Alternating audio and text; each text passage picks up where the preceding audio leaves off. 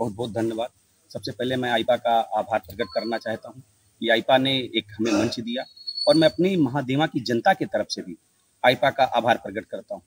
हमारी विधानसभा में जब भी योजनाएं बनती हैं तो हमें किसी व्यक्ति से या किसी संस्थान से के पास जाना पड़ता है। मेरा ये मानना है कि हर विधानसभा के पास योजना बनाने का अपना अधिकार होना चाहिए।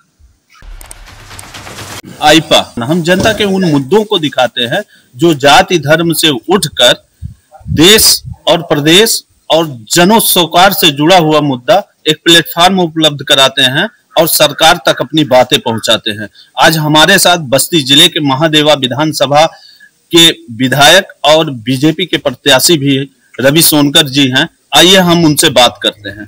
विधायक जी, आपका आईपा में स्वागत है। बहुत बहुत धन्यवाद। सबसे पहले मैं आईपा का आभार प्रकट करना चाहता हूँ कि आईपा ने एक हमें मंच दिया और मैं अपनी महादेवा की जनता की तरफ से भी आईपा का आभार प्रकट करता हूँ, क्योंकि लगातार हमने देखा कि आईपा ने जनहित के मुद्दों को हमेशा उठाया है और उन मुद्दों को जो जनता से सरोकार है उसको अपने माध्यम से बहुत प्रमुखता से उसने प्रस्तुत किया है। विधायक जी, सरकार की योजनाएं क्या जनता में पहुंची हैं? ये प्रश्न बहुत अच्छा है आपका। हमें लगता है कि 2014 के बाद से एक मॉडल आया था जिसको हम लोग कहे थे गुजरात मॉडल, फिर उसका नाम बदल गया, उसका नाम हो गया विकास मॉडल।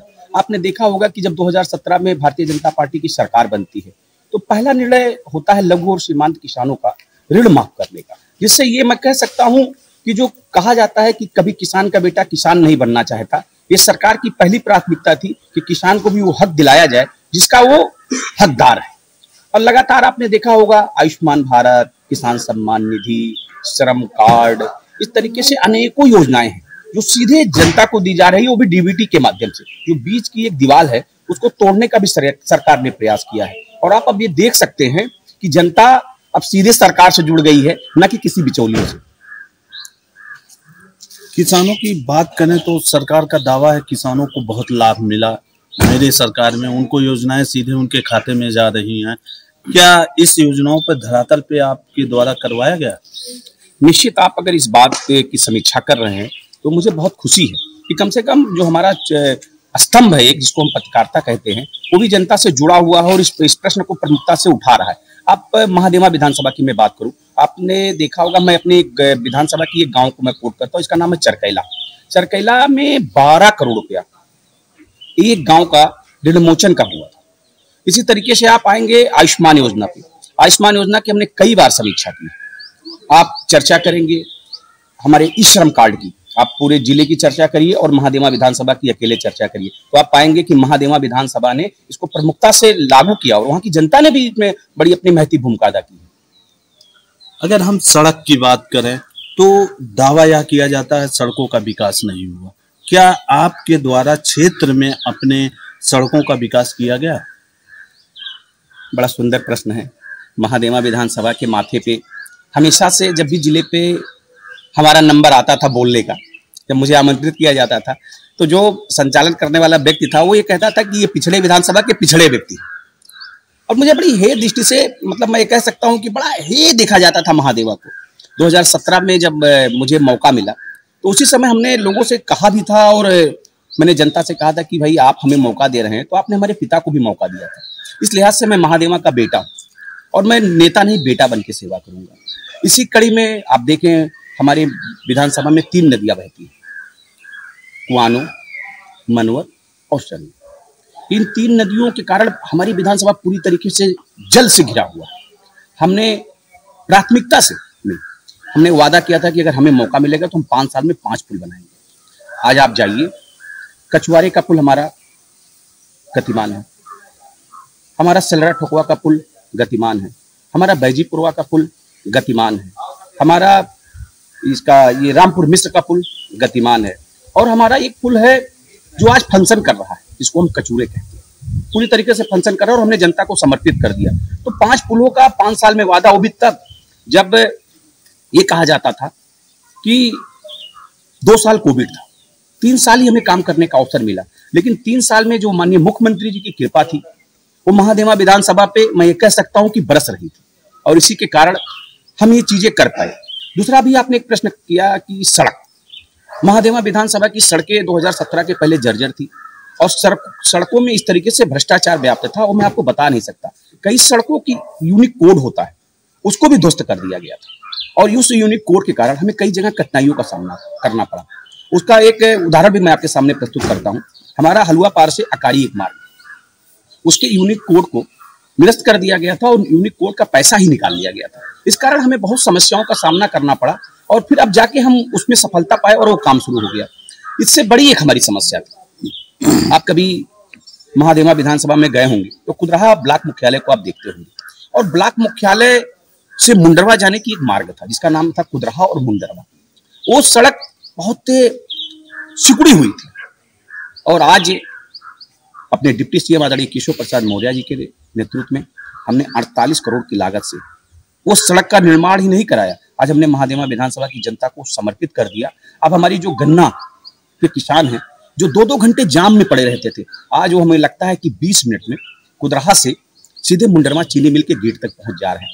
विधायक जी, एक बात आपने कहा कि हमारा विधानसभा 3 नदियों से घिरा हुआ है।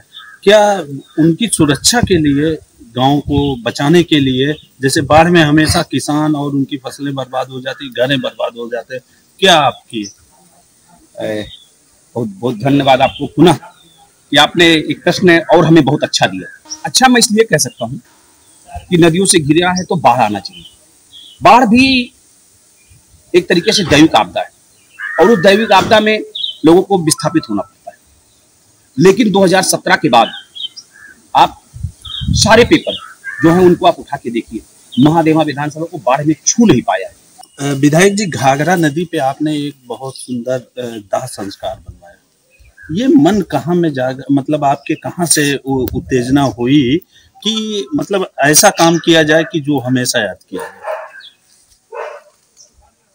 बड़ा भावुकता का प्रश्न है और इस पे मैं कुछ भी कहूँ, मेरे आंखों में इस समय आंसू के भाव हैं। अब ये प्रश्न आपने किया है, निश्चित मैं बहुत भावुक हो गया हूँ। मैं एक बार हमारे नगर के एक श्रीवास्तव परिवार की बेटी थी, उनकी इकलौती बेटी थी और आकस्मिक उनकी मृत्यु हो गई। मैं भी भाग के गया और दुर्भाग्य से पानी बरसने लगा और पानी बरसने लगा। मैंने देखा कि एक ही बेटी है और पिता, जब मैं वहां पहुंचा तो सिर्फ पिता वहां खड़ा था और उसकी साथ में होता है ना कि उस समय दुख के समय पे अगर लोग खड़े होते हैं तो व्यक्ति का हौसला बढ़ता है। पिता अपने पुत्र को आग देके और स्वयं उस आग के पास खड़ा था।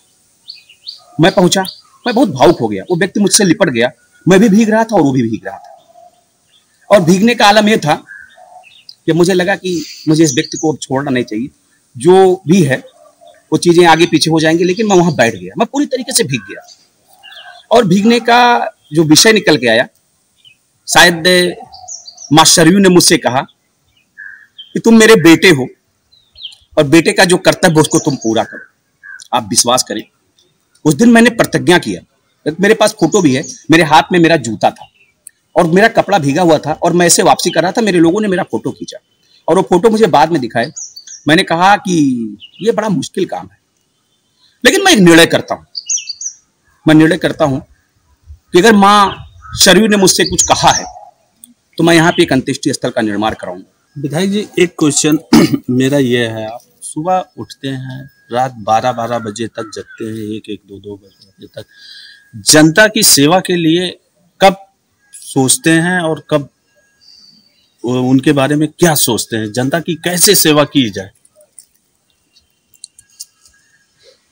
जनता की सेवा करना अगर आप अपने कर्तव्य में जोड़ लेंगे, हम अधिकारों की बात करते हैं, लेकिन अगर आपने इसको कर्तव्य में जोड़ लिया तो आप विश्वास करिए कि टाइम का कोई अभाव नहीं। दुनिया में किसी भी व्यक्ति के पास 24 घंटे 1 मिनट नहीं है, सबके पास सिर्फ 24 घंटे है।